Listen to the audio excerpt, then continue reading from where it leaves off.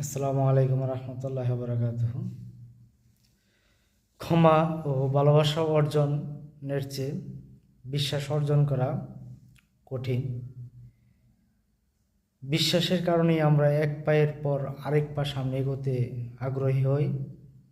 যে বিশ্বাস অর্জন করতে পারে সে ভালোবাসা অর্জন করতে পারে। বুদ্ধিমান মানুষ বুঝতে পারে কাকে সে বিশ্বাস করবে এবং বন্ধু বানাবে। একজন ভালো বন্ধু ও ভালো মানুষ হওয়ার প্রথম শর্ত হলো বিশ্বাসী হওয়া।